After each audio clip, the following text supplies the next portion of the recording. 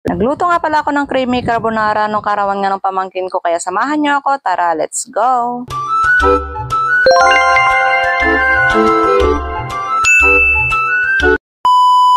Hello guys, for today's vlog, samahan nyo naman nga kami sa panibagong araw ng buhay namin. So ayan nga, sisimulan na nga natin magluto ng creamy carbonara. Sisimulan na nga natin ito sa paggigisa nga ng bawang at saka sibuyas. Gisahin nga lang natin itong bawang at saka sibuyas hanggang lumabas nga yung aromatic nito. Pagkatapos nyan, saka naman natin ilagay yung nahiwa-hiwa ko na ngang mushroom. Hindi na pala ako maglalagay ng ham dyan mga kamoma, pero pwede kayo maglagay ng ham at kahit na anong gusto nyo ilagay nga dito sa carbonara nyo. Pero dahil simple nga lang yung lulutuin nating creamy carbonara at maging lasa nga lang ito mga kamoma, kaya hindi na ako maglalagay ng ham. Ang ilalagay ko na nga lang itong century, bali 2 lata nga itong lalagay ko. Pagkatapos niyan, hugasan din natin itong lata ng century para naman kahit papano ay masimot nga yung laman. Nung nailagay ko na nga yung century dyan na 2, naglagay na nga ako ng pampalasa na magic syrup. Naglagay na din pala ako ng paminta dyan at saka asin mga kamoma. Pagkatapos yan, pakuluan nga lang natin ng bahagya hanggang maluto nga itong century na nilagay natin. Taglit lang naman maluto yung century mga kamoma kasi nga easy to open naman na yan at pwede na nga kainin kahit din na nga lutuin. Naglagay na pala ako ng nasal cream na isa dyan mga kamoma. Isa lang yung lalagay natin kasi pag nasobrahan nga ng nasal cream baka mag-jet ba tayo.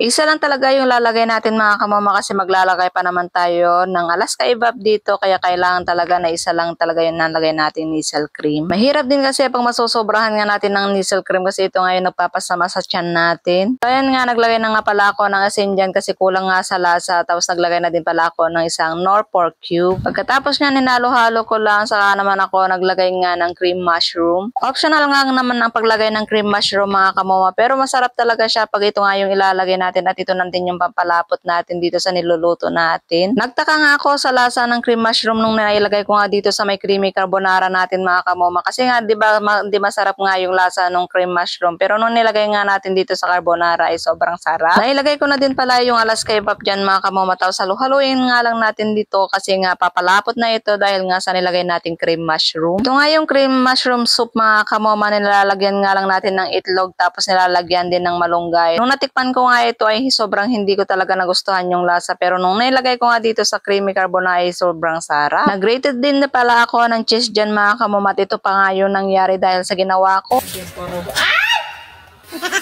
Hindi ko nga naisip na dun sana muna sa may pinggan ko ginadgad itong cheese mga kamoma, pero hindi ko nga dito sa may susyan tuloy nahulog. Aroya. Hindi ko pa naman din nilalagay lahat itong cheese mga kamoma, yun tuloy sobrang dulas na. Aroya. At dahil sa pagkahulog na ngayon ito mga kamoma, sobrang hirap na itong gadgadin, kaya hindi ko na nga tinuloy, baka mahulog pa uli. Habang nagluluto pala ako dyan ng carbonara mga kamoma, nagluluto din pala sa kabila ng pansit yung ate ko. Ayan nga, nung tinigman ko na nga itong niluluto kong sauce mga kamoma, nakulangan pa nga ako ng kaya nalagyan ko nga ng asukal. Bali, 4 na kutsara lang naman yung nailagay kong asukal dito mga kamoma, pampabalanse nga lang ng lasa. Nung tinigman ko na nga itong sauce ng carbonara mga kamoma, sobrang nagustuhan ko nga talaga yung lasa dahil nga siguro sa nilagay natin creamy mushroom soup. Hindi ko inaasahan talaga yung lasa. Okay na nga yung lasa dito mga kamoma. Ito na nga pala yung naidagdag kong asukal, pang 4 na scoop na nga ito kasi nga nakulangan pa talaga ako ng lasa dito sa nilagay kong asukal. Huwag lang natin tigilang halu-haluin ito mga kamoma kasi nga syempre malapot na ito, kaya kailangan talaga natin halu-haluin kasi nga baka dumikit nga sa may ilalim nito. Nung okay na nga yung lasa nito mga kamoma, nilagay ko na nga yung pasta. Tinalo-halo ko nga lang ito hanggang dumikit nga itong mga sauce na nilagay natin. Papatanggalin lang natin ng kaunti itong sauce nito mga kamoma, at medyo matigas pa kasi itong pasta, kaya papalambutin nga lang muna natin saglit hanggang hindi pa nga natin pinapatay yung apoy. Makikita mo naman mga kamoma kung nailagay na nga lahat yung sauce dito sa may pasta kasi nga wala ka nang makikitang mga sauce dito sa may gilid-gilid. Ayan nga, halu-haluin nga lang natin ito mga kamoma nang walang tigil kasi nga syempre pag tinigilan mo to ay panigurado masusunog sa ilalim nito. Nung tinikman ko na nga ito, nung nailagay na nga itong pasta mga kamoma, eksaktong-sakto lang talaga yung lasa at nagustuhan nga ng mga kumain nito, at ito nga yung naubos agad-agad. Bali, naglagay pa nga pala ako ng malunggay na try dyan mga kamoma kasi nga isa din yun na nagpapasarap at magpapaakit din sa view ng ating carbonara. Wala nga din kasi kakulay-kulay itong carbonara natin mga kamoma, para may design naman at may pampatagdag lasa at pangpagdagdag sustansya. Ayan nga, taglagay na nga din ako ng dried malunggay. Sobrang dami nga dito sa bahay ng dried malunggay mga kamama, kaya yan na nga lang yung nalagay ko kasi nga lang walang parsley